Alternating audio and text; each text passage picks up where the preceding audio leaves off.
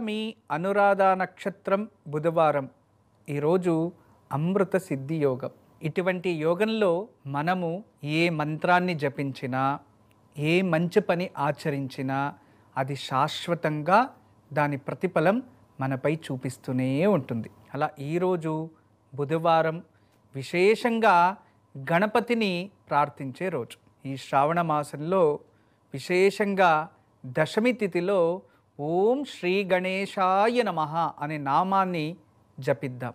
శ్రీ గణేశ సామగాన సుశ్రుతి సకల విద్యా గణపతి ప్రప్రథమ పూజకి అధిపతి. అంటే సకల దైవగణాల అధిపతి అనే పట్టాన్ని మనం ఇచ్చి అతన్ని పూజిస్తూ ఉన్నాం. ఈ శ్రావణ మాసంలో ఈరోజు పర్టికులర్గా మనము గణపతి నామమంత్రం మన జీవితంలో విఘ్నాలు లేకుండా కాపాడడానికి సహకరిస్తుంది. అందువలన ఈరోజు దైవానుగ్రహం కోసం గణపతి నామమంత్రాన్ని జపిద్దాం. ఈరోజు మంత్రబలం ఓం శ్రీ గణేశాయ నమః. ఇక అందరూ జపిద్దామా? ఓం శ్రీ గణేశాయ నమః. ఓం శ్రీ గణేశాయ నమః. ఓం శ్రీ గణేశాయ నమః. ఓం శ్రీ గణేశాయ నమః. ఈరోజు ఈ మంత్రాన్ని జపించి అందరూ కూడా మహాగణపతి ఆశీస్సుల్ని పొందండి. ఈ శుక్రవారం రోజు వరమహాలక్ష్మి పర్వదినం. ఆ రోజు నుండి మనకి ఈ ఓంకార కార్యక్రమం 8 నుంచి 9 వరకు ప్రసారం అవుతుంది. ఈ ఒక కార్యక్రమాన్ని ఎంతోమంది వీక్షించి మరియు ఆనందాన్ని తృప్తిని పొందుతారు అని నేను అనుకుంటున్నాను. ఖచ్చితంగా మీకందరికీ కూడా శుభం జరగాలని కోరుకుంటూ ఒకటి జాగ్రత్తగా గుర్తుపెట్టుకోండి. ఇదే శుక్రవారం రోజు ఉదయం 8 గంటలకి వరమహాలక్ష్మి వ్రతాన్ని ఇదే ఒక వేదికలో జరుగుతుంది. మీ ఇంట్లో ఉన్న వస్తువులని చక్కగా అలంకరించుకొని మీరు మేము చెప్పినవన్నీ సిద్ధంగా చేసుకొని ఉంటే మేము చెప్తూ ఉంటాము. దాని ప్రకారం మీ ఇంట్లో లక్ష్మీదేవి పూజని ఆచరించి పరిపూర్ణమైన పుణ్యఫలాన్ని పొందొచ్చు. ఇది ఎవరైతే ఓంకార వీక్షక బాంధవులు ఉంటారో వాళ్ళందరి కోసం మరియు వాళ్ళ ఇంటికి నేను ఋత్వికుడు అవ్వాలని సంకల్పం చేసుకొని ఇక్కడ నేను ఋత్వికం అంటే ఇక్కడ నేను ఆచార్యుడిగా ఇది చేయండి అభిషేకం చేయండి అని ఋత్విక మనోభావంతో నేను ఇక్కడ కూర్చొని మీళ్లలో వరమహాలక్ష్మి పూజని జరిపించాలి అని మనస్ఫూర్తిగా ఈ ఒక ప్రయత్నాన్ని చేస్తున్నాను. మీకందరికీ కూడా రేపటి ఓంకార కార్యక్రమంలో ఎల్లుండి ఆచరించే వరమహాలక్ష్మి వ్రతానికి ఎటువంటి పదార్థాలు కావాలి, ఎంత పదార్థాలు కావాలి, ఏమేం కావాలి, పూజకి ప్రారంభించడానికి ముందు మీరు ఏ దిశలో కూర్చోవాలి, ఎటువంటి కలశాన్ని నిర్మాణం చేసుకోవాలి, పూజకు కావాల్సిన సామాగ్రులు దీపాలు ఎన్ని వెలిగించాలి, నైవేద్యానికి ఏం రెడీ చేసుకోవాలి, ఇవన్నీ కూడా రేపటి ఓంకార కార్యక్రమంలో నేను వచ్చి తెలియచేస్తాను. ఇటువంటి సదుపయోగాన్ని మీరందరూ ఉపయోగం చేసుకుంటారు అని మనస్ఫూర్తిగా భావిస్తున్నాను.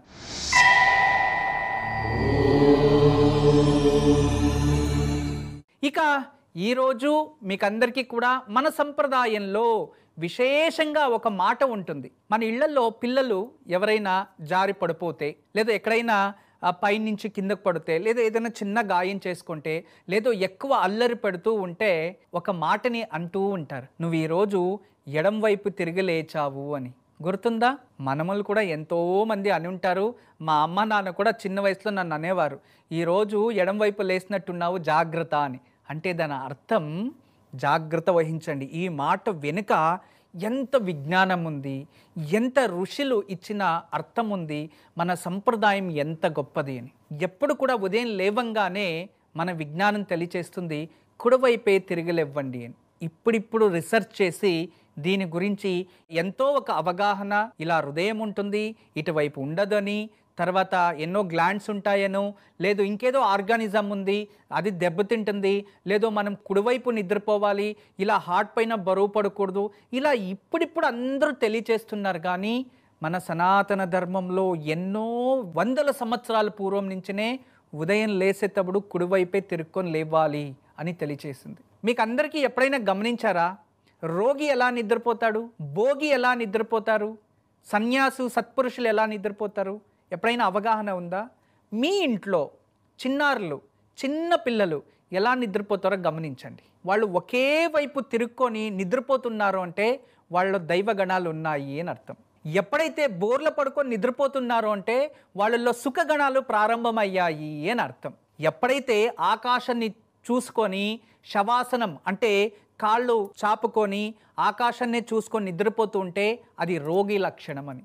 అంటే రోగి, భోగి, దైవ సమానులు అంటే యోగిల లక్షణం. యోగి నిద్రించేది ఇలా ఒకవైపు పడుకొని నిద్రపోయే వాళ్ళంతా కూడా యోగులు. తర్వాత ఎవరైతే బోర్లు పడుకొని ఎప్పుడు ఉంటారో వాళ్ళని భోగి, సుఖపురుషులే అలా నిద్రపోతారు, తినింది అరగకుండా అలా నిద్రపోతారని. రోగివంతుడు ఎలా పడుకుంటాడు హాస్పిటల్లో? ఇలా ఆకాశం చూసి. చూసారా? దీని పూర్వంలోనే ఎప్పుడో నిర్ణయించారు, కానీ ఇప్పుడు దీనిపైన ఇంకా రీసెర్చ్ జరుగుతూ ఉంది. కానీ ఏదో ఒక రోజు మరింత అవగాహన తెలియచేస్తారు. కానీ మన శరీరానికి ఎప్పుడు కూడా మన ఎడంకాలు నుంచి కుడికాలు వరకు ఇలా ఒక ఆరా ఎనర్జీ అంటే ఆయస్కాంత శక్తులు 2 ఉంటాయి ప్రతి శరీరానికి. ఒక ఆయస్కాంత శక్తి ఈ ఎడమ కాలు నుంచి ఇలా తిరుగుతూ కుడికాల వైపు ఇలా తిరుగుతూ ఉంటుంది, ఒక ఆయస్కాంత శక్తి. మరొక ఆయస్కాంత శక్తి మన శరీరంలో ఇలా కుడివైపు మనము ప్రదక్షిణ వేస్తూ ఉంటుంది. అదొక విధమైన ఆరా ఎనర్జీ. దీన్ని ఎప్పుడు కూడా ఎక్స్రే తీసేటప్పుడు కొన్ని గామా రేస్ని విడుదల చేసినప్పుడు ఆ ఫోటోగ్రఫీలో ఇప్పుడు ఇవన్నీ లభిస్తున్నాయి. అయితే పూర్వంలో ఎప్పుడో దీన్ని మన ఋషిమునులు వాళ్ళ ఒక దృష్టితో కనుక్కొని దీని గురించి అవగాహన ఇచ్చారు. మనం ఉదయం లేసేటప్పుడు కుడివైపు తిరుక్కొని లేవడం వల్ల ఆ ఒక ఏదైతే ఆయస్కాంత శక్తి ఇలా చుట్టూ చక్రం విధానంగా తిరుగుతూ ఉందో అది పాజిటివ్ వైపు తిరుగుతూ ఉంటుంది. ఎప్పుడైతే ఎడం వైపు తిరుక్కొని మనం లేస్తామో అది ఇమ్మీడియట్ డిస్టర్బ్ అయ్యి ఎడం వైపు తిరగడానికి ప్రారంభిస్తుంది.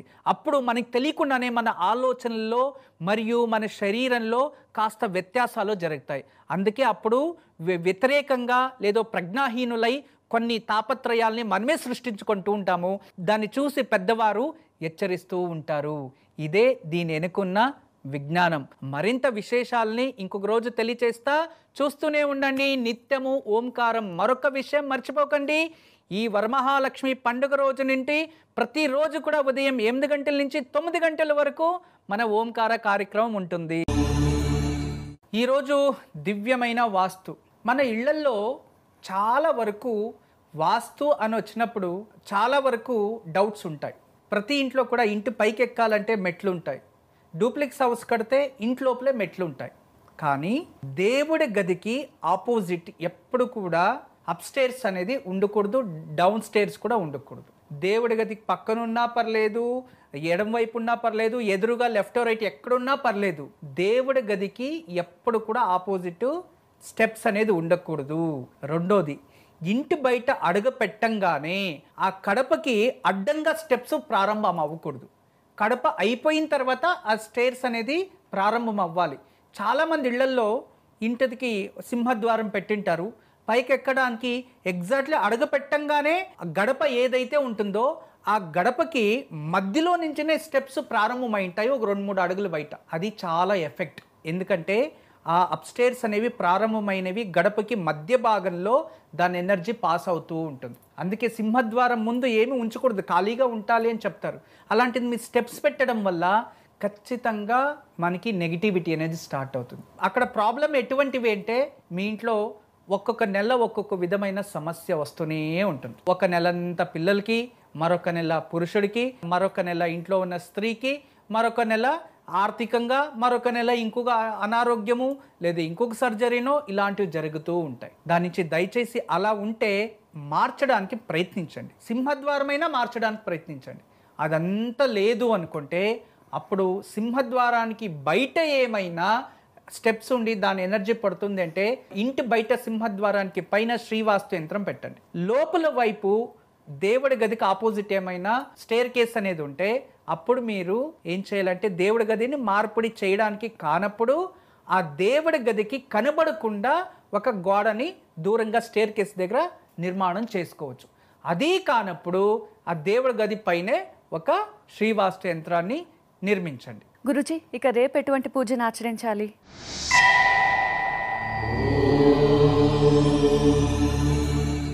రేపు ఏకాదశి, పైగా గురువారం కలిసి వచ్చింది. విశేషమైన రోజు. రేపు గురువుని పూజించడానికి మహోత్తరమైన రోజు. అది దేవతలకే విద్యాదానాన్ని ఇచ్చిన గురువు. ఆ గురువు చూడ్డానికి ఏ రూపంలో ఉంటారు? ఎప్పుడైనా చాలా వరకు ఫోటోల్లో చూస్తూ ఉంటారు. విధమైన గురువుల దర్శనాలు ఇస్తూ ఉంటాయి. అందులో ప్రత్యేకంగా మనం చూసేది దత్తాత్రేయ, దక్షిణామూర్తి. కానీ వీళ్ళిద్దరు కాకుండా అయగ్రీవ స్వామి అనేవారు కూడా ఉంటారు. రేపు ఉదయాన్నే ఎవరైతే అయగ్రీవ స్వామి ముందు నెయ్యి దీపం వెలిగించి అయగ్రీవ స్వామికి తులసి మరియు పారిజాత పుష్పాలతో ఎవరైతే ఏ ఇంట్లో అయితే అర్చిస్తారో ఆ ఇంట్లో ఉన్న పిల్లలకి, ఆ ఇంటి వారికి అపారమైన జ్ఞానం ప్రాప్తిస్తుంది. పిల్లలకి ఎడ్యుకేషన్ డెవలప్మెంట్ అవుతుంది. రేపు ఉదయాన్నే అయగ్రీవల్ని పూజించండి, సంపూర్ణమైన గురు అనుగ్రహం పొందండి. గురుజీ, ఇక ఈరోజు యోగక్షేమాలు ఏం తెలియజేయబోతున్నారు?